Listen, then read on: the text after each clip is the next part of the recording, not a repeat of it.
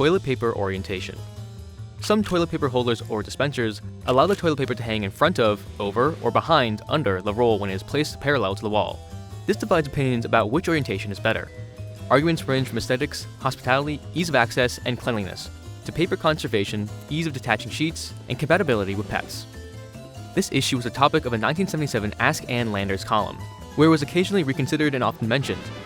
In a 1986 speech, Landers claimed it was the most popular column, attracting 15,000 letters. The case study of toilet paper orientation has been used as a teaching tool in instructing sociology students in the practice of social constructionism. Arguments.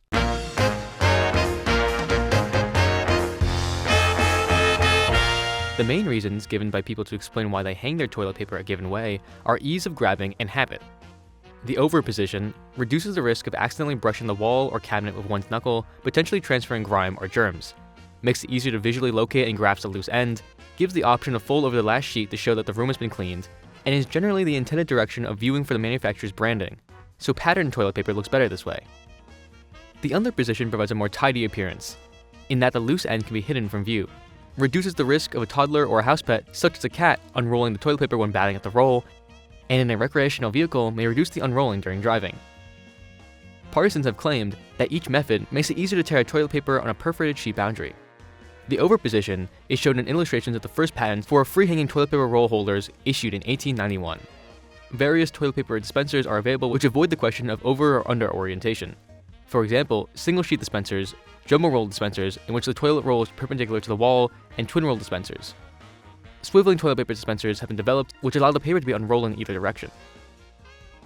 In various surveys, around 70% of people prefer the over position. Continelli found that overs are more likely than unders to notice a roll's direction, 75%, to be annoyed when a direction is incorrect, 25%, and to have flipped the direction at a friend's home, 30%.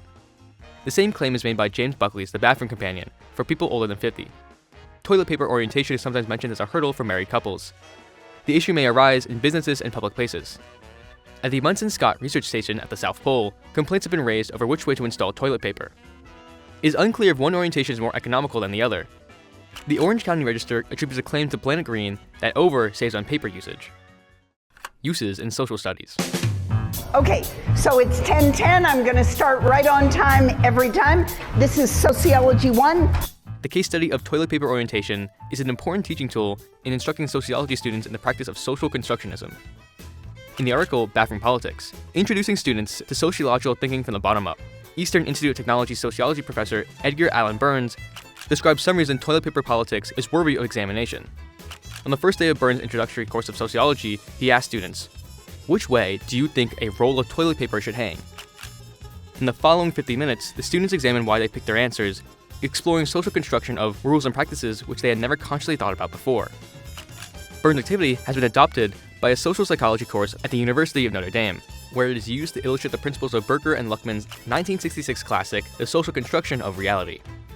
Christopher Peterson, a professor of psychology at the University of Michigan, classifies the choice of toilet paper orientation under tastes, preferences, and interests, as opposed to either values or attitudes, traits, norms, and needs. Other personal interests include one's favorite cola or baseball team.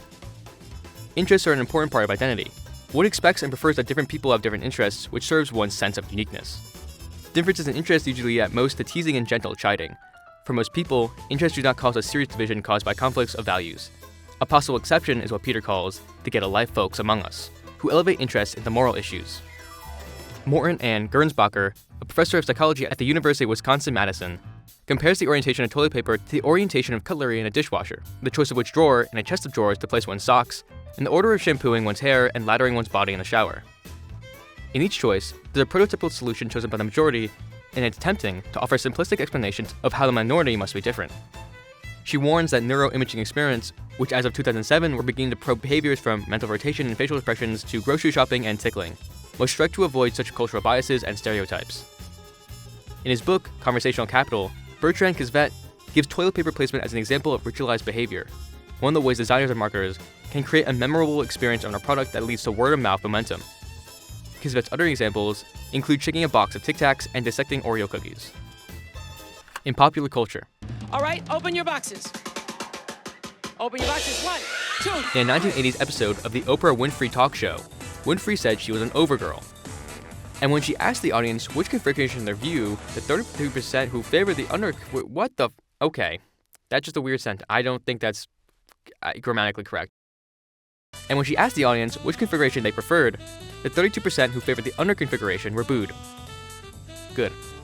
In 2016, relationship expert Gilda Carle created a toilet paper personality test, surveying 2,000 people on their role preference and asking themselves how assertive they considered themselves to be in relationships. She concluded that people who roll over are more dominant than those who roll under. Why make original content when I can just say all this Wikipedia shit, you know? That's what all video essays are anyway, you know? Just reading off summaries of Wikipedia. Thank you so much to Pink Pancreas and Sebastian Simon for the support. If you want to support me more, my Patreon is in the link in the description.